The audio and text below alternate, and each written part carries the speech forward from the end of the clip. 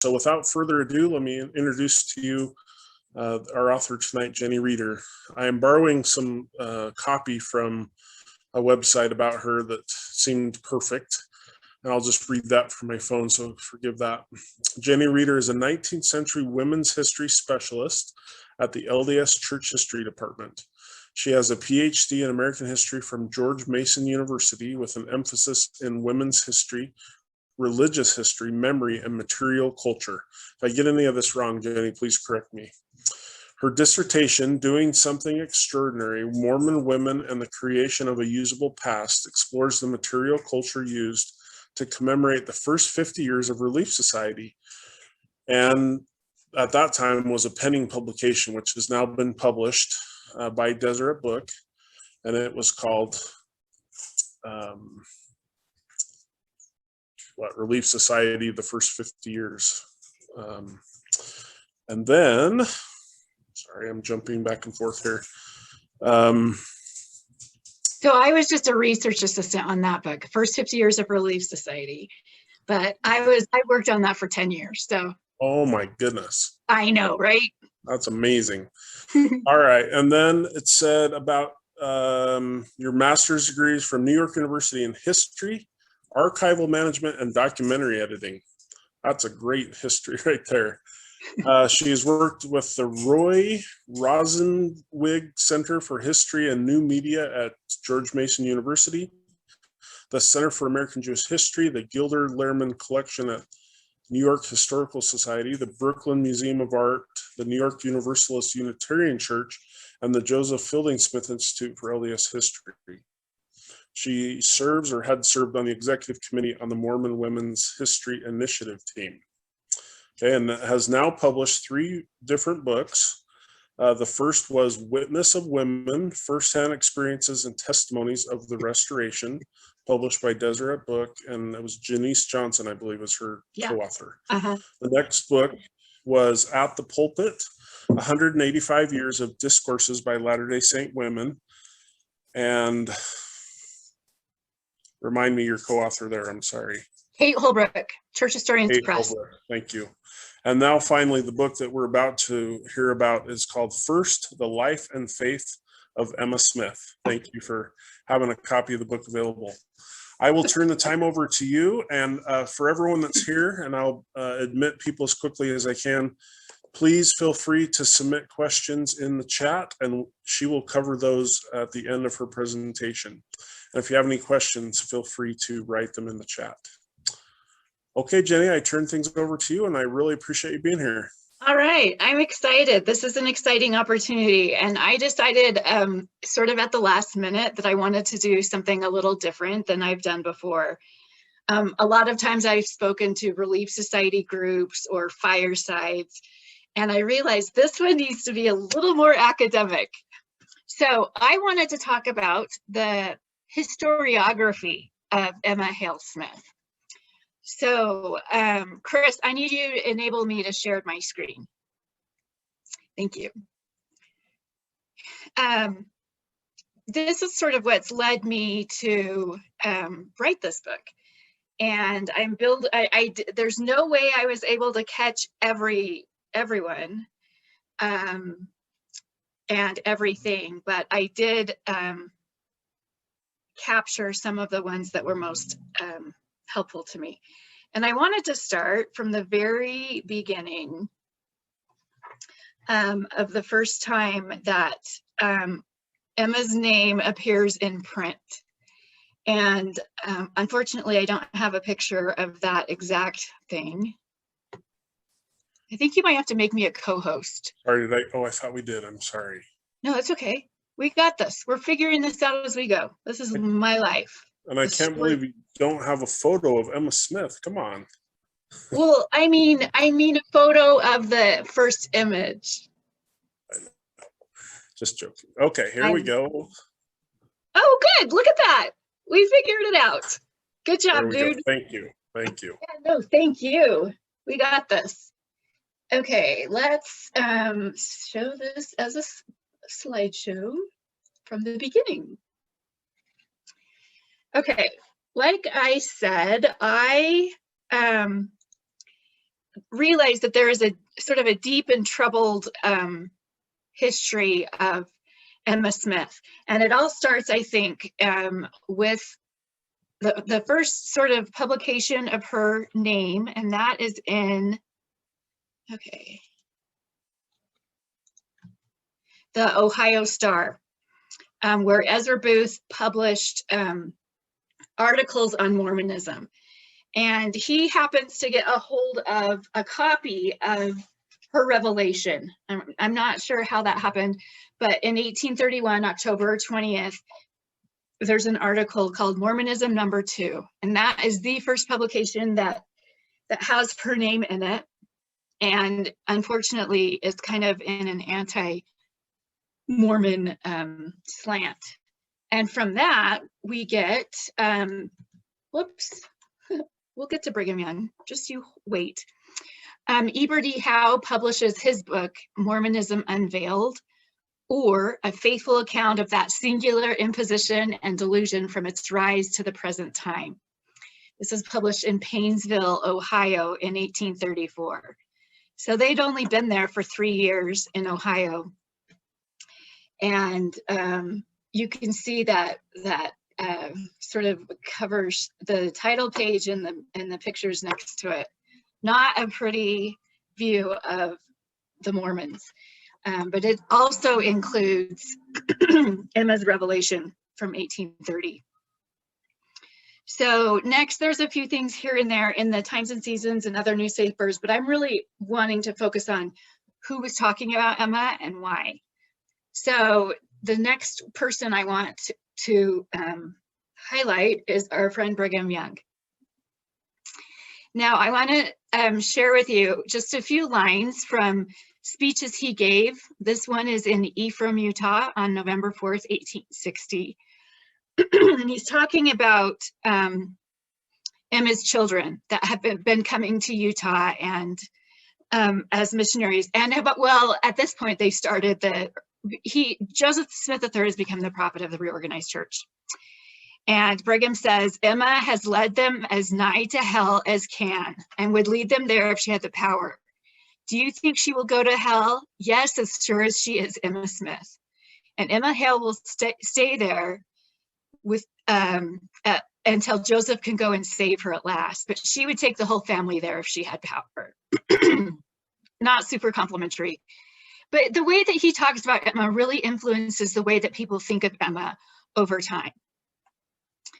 Especially from Utah. In 1866 is his famous quote from Salt Lake City. I almost worshiped that woman, and if she be a saint instead of a devil, I may say to dare there is no good thing we should offer her. He says Emma in her ingenuity, she's a very smart woman in her subtle ingenuity. She's made all her children believe that myself and Brother Kimball and others of the 12 were the men that concocted the death of Joseph, which I think is so crazy because just a short time later, actually it is one day later, on October 8th, 1866, Brigham Young then says he accuses Emma of being in conversation with the governor of Illinois and the mobs in Carthage to have Joseph killed. Now, he's also said that Emma cost the best blood of this generation, this dispensation, excuse me. Now, unfortunately, this reputation followed Emma for at least 50 more years, if not more. When the Relief Society celebrated the 1892 Jubilee 50-year anniversary under the presidency of Zina Young, they were talking about how they were going to decorate the tabernacle in Salt Lake City. They were going to have this beautiful floral key, which represented the key that Joseph turned to the women in the Nauvoo Relief Society, a portrait of Joseph Smith, and a portrait of Eliza R. Snow. When they started talking about whether they should have a portrait of Emma Smith, there was a lot of discord and upset people. And so Emmeline Wells, who was the secretary of the Relief Society, went to President Woodruff and said, Wilford Woodruff, and said, what do you think we should do? And he said, well, if any one of you has a problem with honoring Emma Smith, have them come talk to me. And so that changed a little bit, but we don't see much going on about Emma. This is something I discovered as I was doing research for this book. In the 1940s, there was a woman named Vesta Crawford, and look how stylish she is. She was supposedly a granddaughter of Louis Bideman, which was Emma's second husband. And she was the editorial secretary of the Relief Society magazine beginning in 1945. And by 1947, she became the associate editor of the magazine. She and another woman, Faye Ollerton, wanted to know why Emma never came to Utah. And so they began researching and interviewing surviving descendants and wrote a manuscript of a book called The Elect Lady, a Yankee Woman Who Married the Prophet Joseph Smith. And you can see the list of chapters there in that book.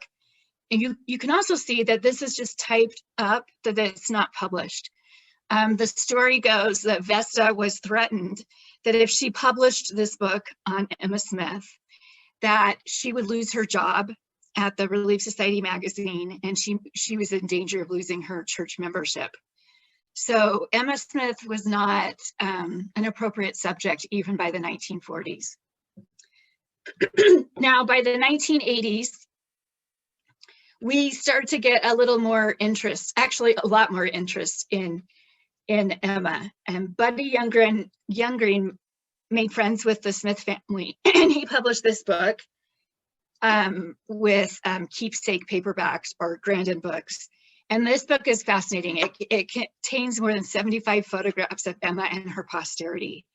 And he also reproduces Emma's granddaughter, Mary Audentia Smith's, or granddaughter-in-law, notebook of interviews with 3 of Emma's grandchildren who knew her intimately and were eyewitnesses to her sensitive personality and the cross currents of emotion that affected her decisions.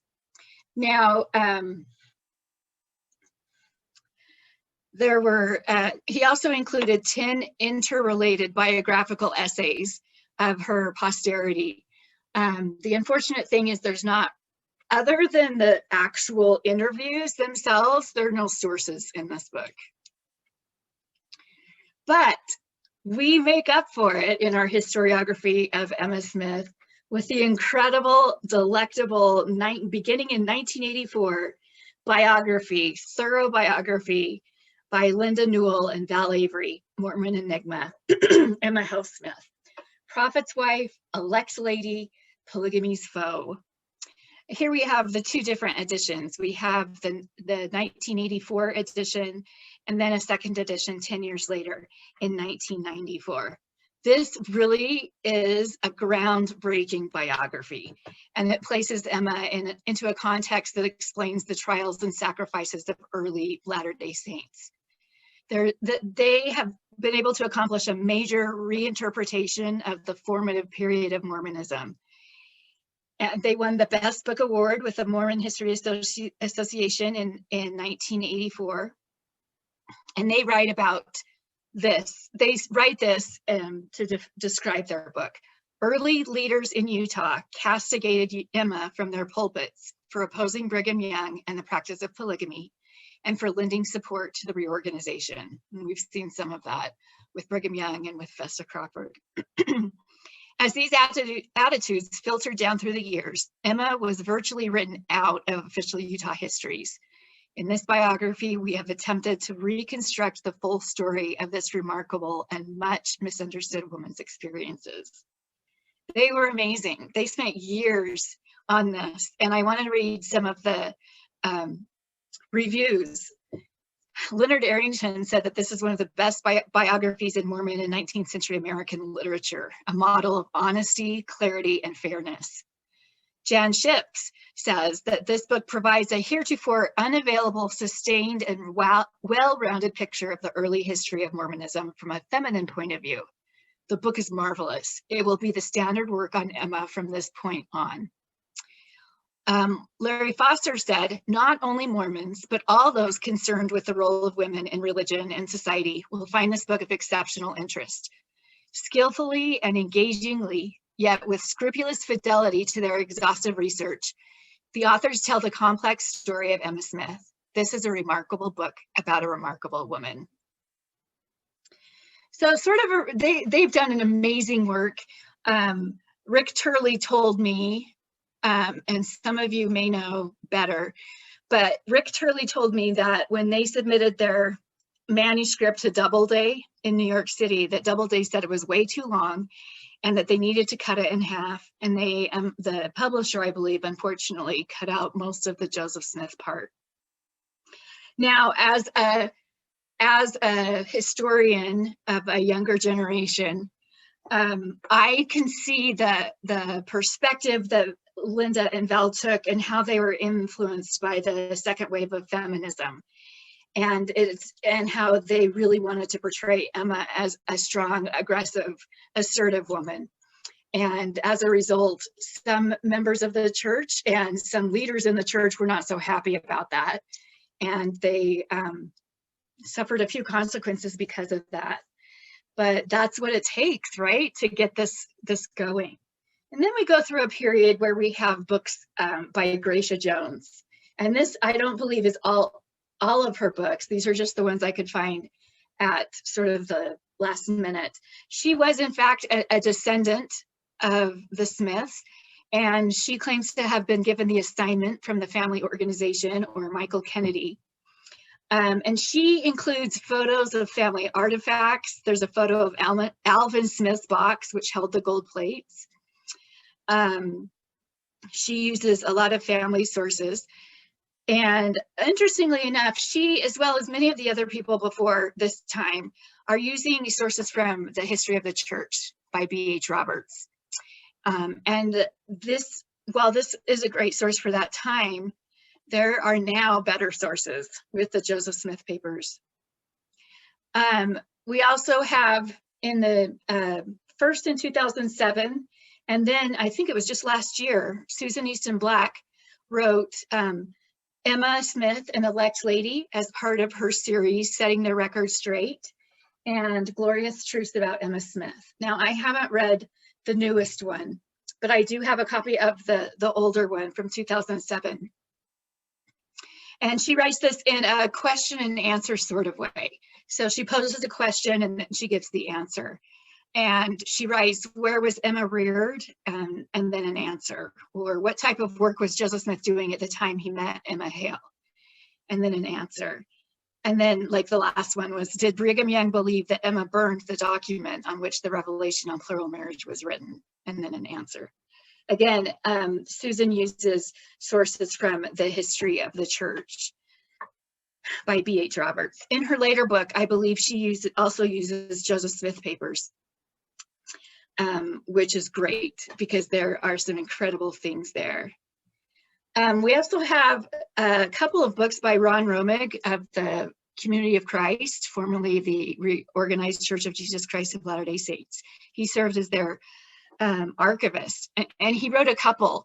In 2007, he wrote this book, Emma's Nauvoo, and he does focus more on after the death of Joseph Smith. He claims that Nauvoo was Emma's home for nearly 40 years, and he wants to portray her as viewed through the eyes of her neighbors and associates after the death of Joseph. And so he gives incidents of Emma's life, and he is, and as she works as the proprietor of the Nauvoo Mansion and the wife of Louis Bideman. And he provides also illustrations and short essays. Now he has another one that I don't have a picture of today, but it's called Emma's Family. Both of these books are published by John Whitmer Books, which is a publishing arm of the Community of Christ Church. This one's in 2008. And this one also, I love the way he's very document based, sort of Buddy Younggreen style. He includes letters to and from Emma and Louis Bideman and Julia Murdoch Smith, Joseph Smith III, Alexander Smith, David Smith, Frederick Granger, William Smith. And he includes short biographies of the children and photos and illustrations. Also in 2008, we have this book, Judge Me, Dear Reader. Emma's Story by Erwin Werkus, who had been a mission president in Nauvoo. And he writes here a historical novel from Emma's perspective. He says, I find few women who were asked to go through as much hardship, heartache, and tragedy as did Emma Smith. This is where we start to see this transition from Emma being a devil and costing the best blood of this dispensation by Brigham Young, to Emma being a saint and an incredible woman. Now, this book is more devotional than academic, and it represents a lot of books that are more devotional than academic. But this does illustrate a shift in the church's retelling, not necessarily the churches, but many people writing as active members of the church to sort of show Emma and her goodness and they sort of put her on a pedestal. Now, again, in 2008, he is using sources from the history of the church, and he even uses Donna Hill's Joseph Smith, the First Mormon. So not the most up-to-date sources. Also that year, we get this great book by Lori Woodland, illustrated by Liz Lemon Swindle, who has been known to paint Emma. And this one is called The Beloved Emma, the illustrated life story of Emma Smith. This is published by Deseret Book, and it's truly a beautiful coffee table book. She talks about the importance of revering Emma as an elect lady who lives a life of contradictions, trials and triumphs, sorrows and strengths, fears and faith. And she, again, continues to use B.H. Roberts' History of the Church. Lori is a religion professor, I think adjunct, and the women's basketball coach at BYU, Idaho. So that brings us, I know I skipped things and I apologize, I'm sorry, but that brings us to where I picked up my book first, The Life and Faith of Emma Smith. Now, one of the things that I wanted to do was be both realistic about her and the challenges and problems that she had, but also to sort of explain how she was able to deal with all of this. I wanted to make her real. I didn't want to make her fluffy, but I also wanted to show the hard things that she faced. So Deseret Book asked me to write this book, and it was a great experience. When I submitted my first manuscript, they said, "Oh, can't we have more of Emma's words? Why don't you just use her journal?" And I was like, "Oh, I wish we had more of Emma's words. I would love to use them." And no, she did not leave a journal. Maybe she burned it. Maybe it's with the 116 pages somewhere. I'm not really sure. So I went back through all of her letters, and I had gone to Independence, Missouri to do research with the Community of Christ. The librarian there, Rachel Kilbrew, is incredible. And I know that I follow a long line of people who have done research there and who have laid the foundation of a really great relationship with her. She's fantastic. I just sent her a book last week, a copy of this book. So another comment that I wanted to make was I kind of don't feel like this is a full biography of Emma. I feel like it's snippets of her life. And part of that is because Mark Staker, who is here, has got to write his biography. He's been working on this for years and collecting so much information, and I will do whatever I can to help him get that full biography. Again, because this was for Deseret Book, it has a slightly different audience than I think that full biography would have. I also wanted to make it more accessible to a general readership. And I decided to write it topically instead of chronologically for a couple of different reasons. I felt like that in and of itself would make it more accessible. But I also feel like that's the way that a lot of current history monographs are being written. They're a little bit more topical rather than chronological. And I didn't want to write in chapter 2 that she lost her first baby. in 1827. And then again in chapter 3, she lost her second baby, twins, in 1831. And then in the 4th chapter, she lost the next baby. You know what I mean? I just wanted it to be all together and to show sort of the greater impact. So it's been a privilege for me to talk for a little bit. And now I'd love to open it up to questions or thoughts or corrections. I do know that there is one error in the book. I accidentally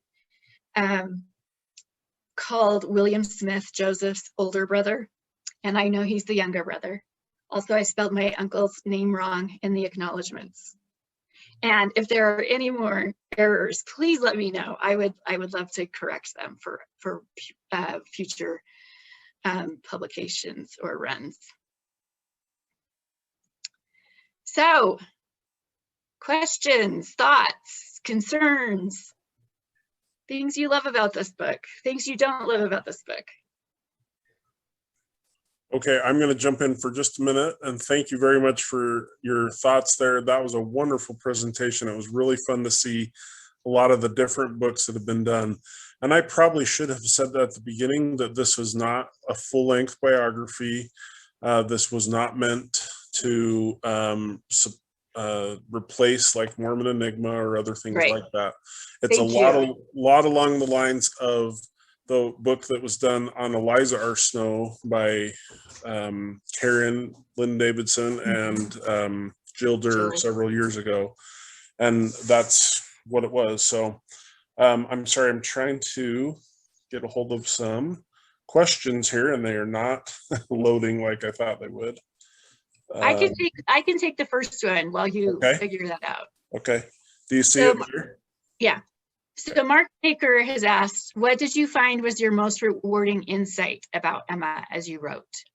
I love that question, Mark, because I learned so much about her, and I learned so much about how I feel like events in her earlier life sort of created a character and a person who could handle events later in her life. And like, for example, and I learned this from Mark, that she learned how to ride horseback and how to canoe in the Susquehanna Valley from her brothers. And later that was something that she really used, not only one time to warn Joseph about impending danger to the plates. She rode a horse bareback an hour to Macedon near Palmyra, but also she worked with Joseph as the lieutenant general, I think, of the Nauvoo Legion. She was able to parade with him and cause quite a scene because she looked so regal. And then when, as we all know, her home had a revolving door, and there were always people there, and church business and political business and Nauvoo business and all sorts of things. So when she and Joseph needed to have private conversations, they would often go off into the country on their horses. So I think what I like about that is that she learned to use what kind of resources she had to make things work. And she was always starting over. I love that. The charge given to her to collect hymns and create a hymnal came in 1830. And she'd been sending hymns to William W. Phelps in Independence until 1833, when that press was destroyed. And she had to start all over again. And I sort of think this was her life, that she started over again often. So I think that was one of the most rewarding insights. All right, I'm going to keep going, Chris, unless you find other questions or want to insert them.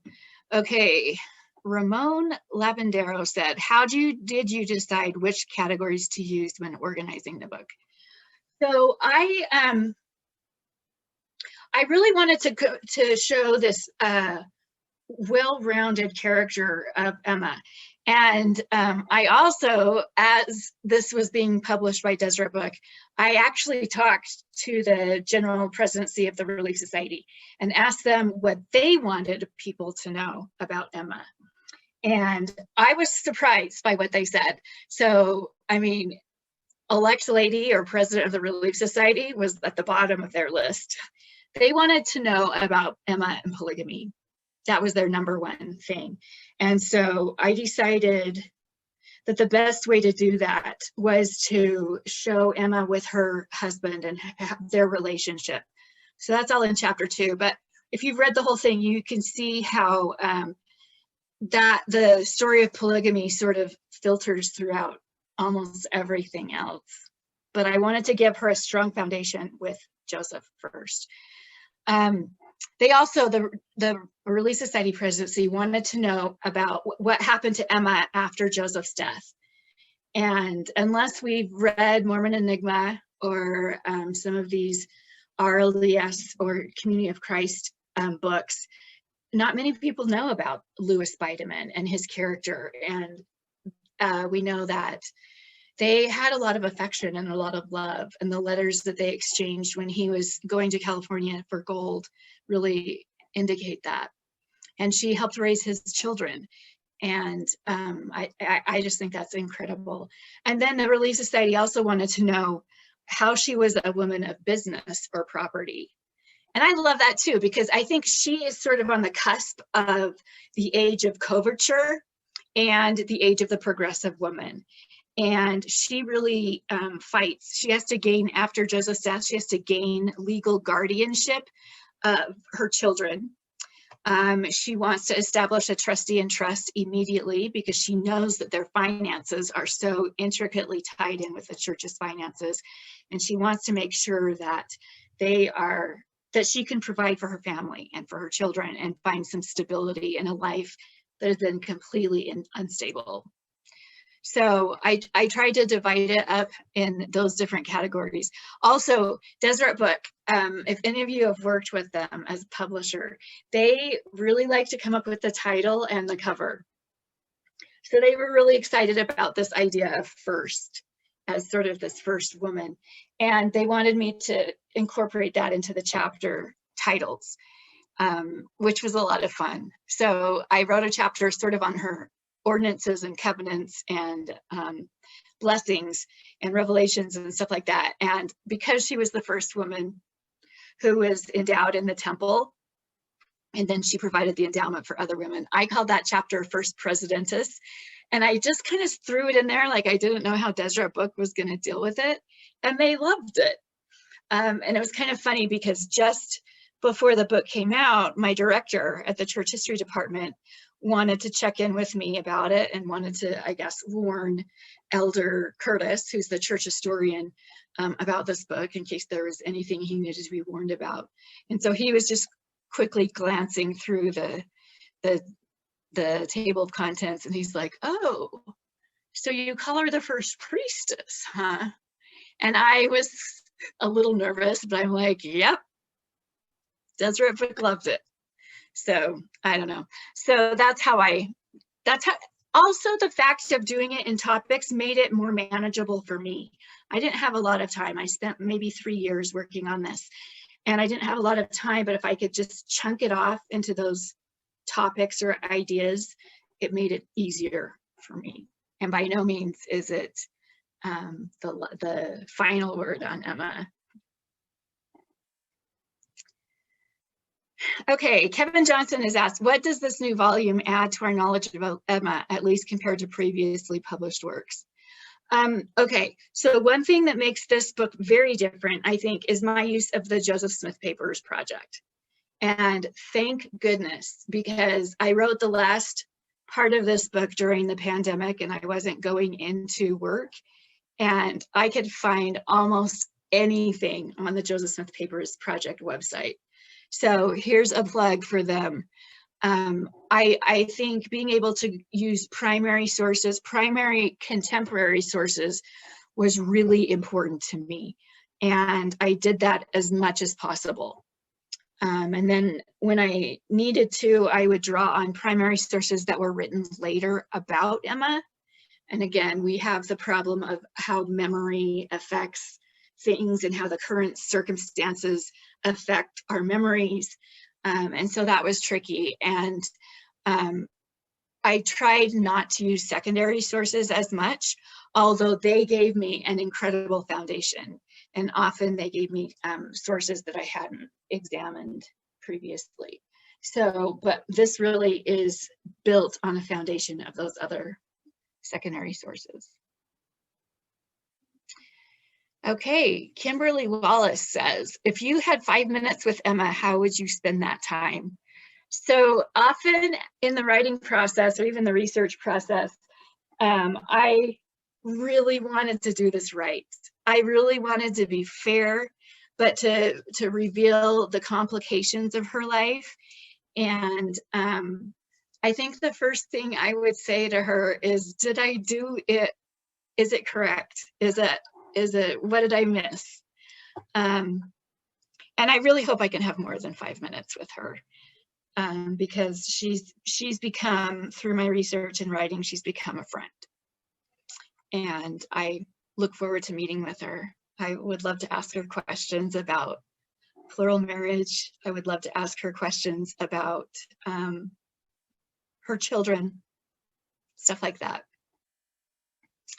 Okay, here's another question. Can you talk about Emma's ordination in 1830 and the relationships to the later description of the restoration of the Melchizedek priesthood, which was said to have occurred at about the same time? Ooh, that's a great question. I love it. That's a really great question, Claire.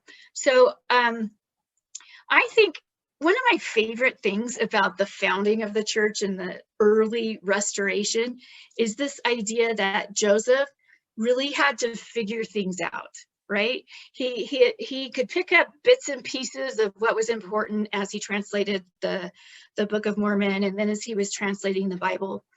And I really think that it was when he asked specifically for revelation about a certain topic or for a certain person that he would receive answers. And we know that it was probably around the same time or a year earlier that he received this priesthood and he began to understand it. But that the receiving of it, I think, is just the beginning. And this is how I feel about Emma as well, but it's the practice and shifting and revision. It's just like writing a book, right? Where you have these ideas and then you have to kind of feel it out and see how they fit together. I love that the language in Emma's revelation does use such words as the office of your calling. And Joseph says in 1842 at the founding of the Relief Society that she was ordained as the elect lady when that revelation was given. So these are words that were used throughout the 19th century. And then we sort of get a shift, I think, where those words ordaining and ordination and quorum, words like that, are later reserved for the ecclesiastical part of the priesthood. But I think that Joseph was a very visionary person. And I think that he talked through a lot of ideas and thoughts with Emma. And I'm sure that she was able to express herself. I love the interview that she had with her sons at the end of her life in 1879, where she actually admits that usually Joseph would listen to her. And I love that. He would take heed at what I said. All right, I think we've reached the end of the questions in the chat. Does anyone have anything they want to ask live or in the chat? I do have a few for you here. Oh, good. Let's hear them. This is vanilla cream. It's not. I feel like I have to tell you I'm not drinking beer. I wanted to put in a plug for the Joseph Smith paper since you did already, just to let everyone know that might be interested. Documents 12 was just released, when was it? Last month. And we actually have, for the first time in a year because of the pandemic, are doing our best to get them signed by all 6 editors.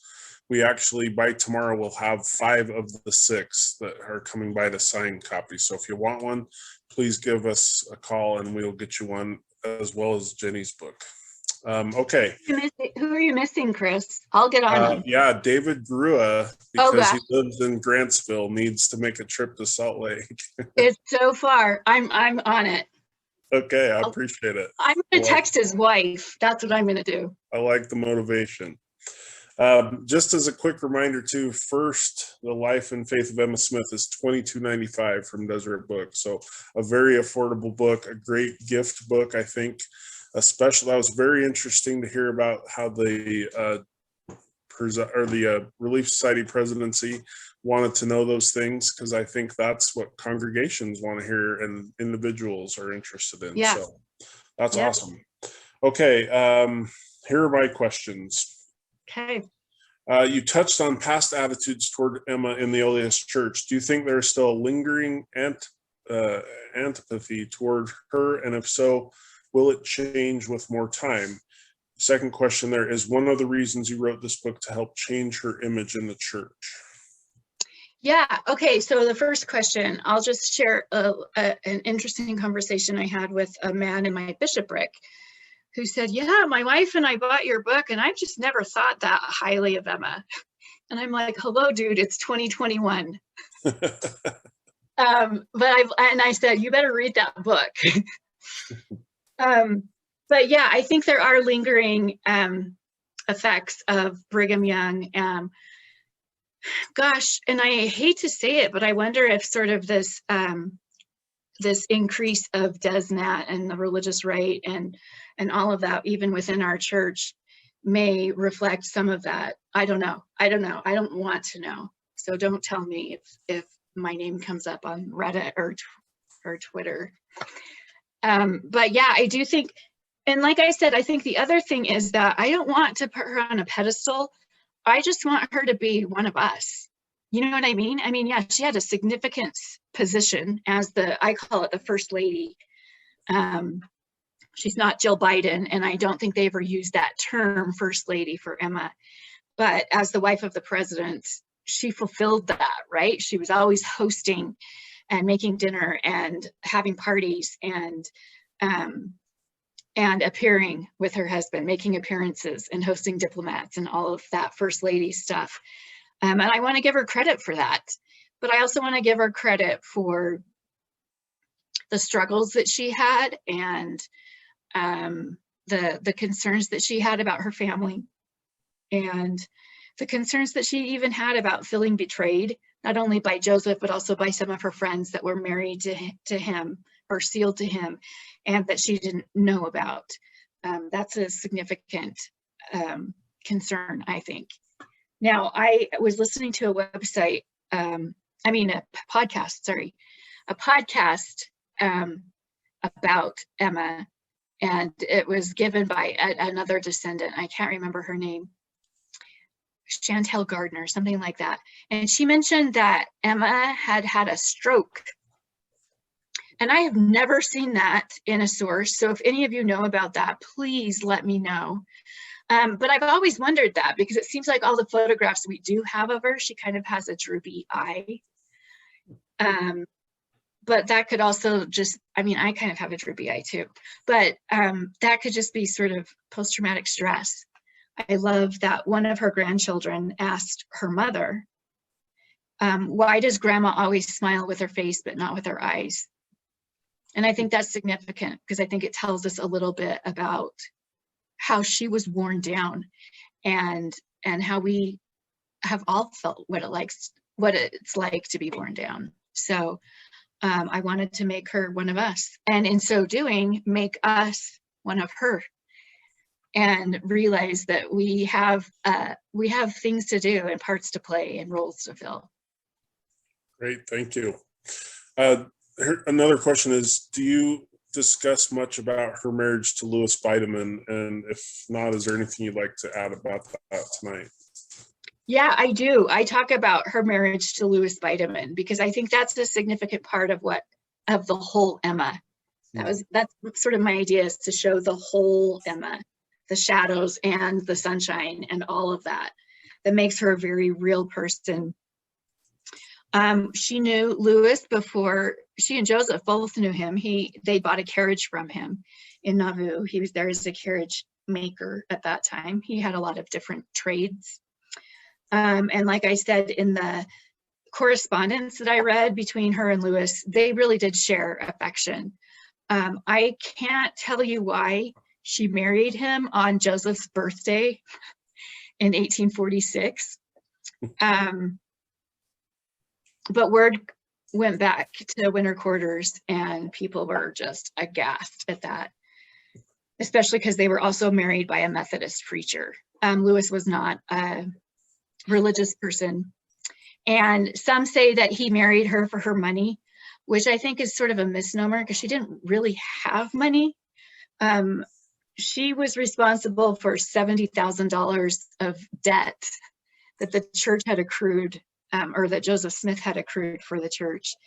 And as well, in trying to be kind, many of the people, as they were leaving Nauvoo, because they couldn't sell their property, they gave it to her, which was awesome. But then she had to pay the property taxes on that. So she worked hard her whole life. And there's one story, I don't think I put it in the book, but there's one story about she kept asking Louis to fix the stairs down to the cellar, and he never did. And so, and I think at one point she even broke her arm. She fell down and broke her arm and it never healed straight.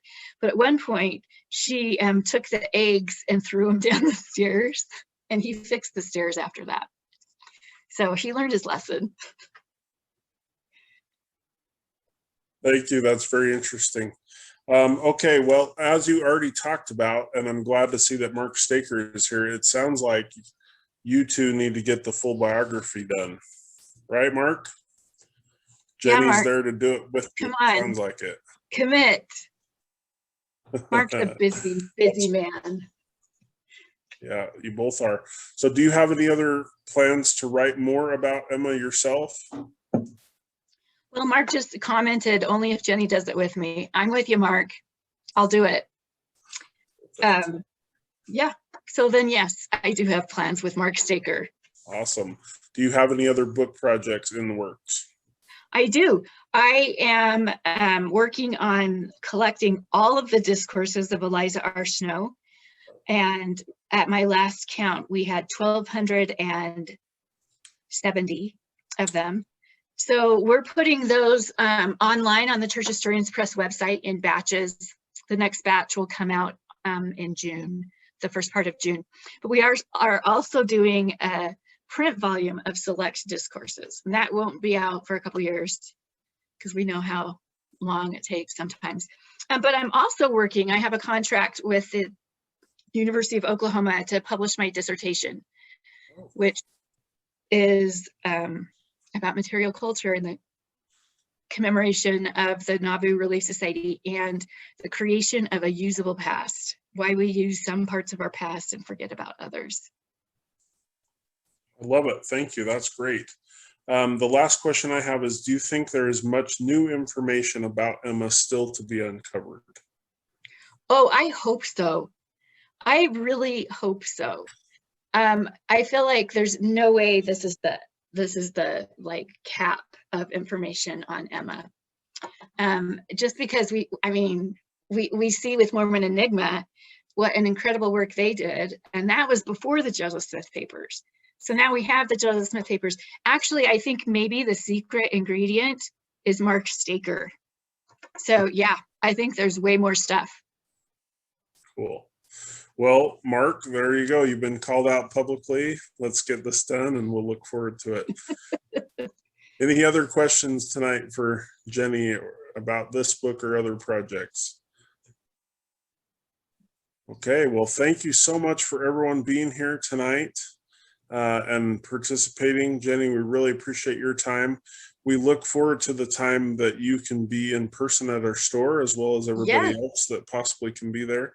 And we'll do that again. Hopefully we'll see you at future conferences. And if you have any questions, I did want to just throw this out there. Usually we're in person, so it's kind of known facts. But if you're interested, It's Benchmark Books. Our phone number is 801-486-3111, or we do have an 800 number, which is 800-486-3112, or benchmarkbooks.com. Please call us, come in and see us. We're open 10 to 6 Monday through Friday. And Jenny, thank you so much for your time. Thank you for the opportunity. It's been fun to be with you all tonight. Been wonderful. We hope you have a great evening. Thank you. Talk to you later. Goodbye, everybody.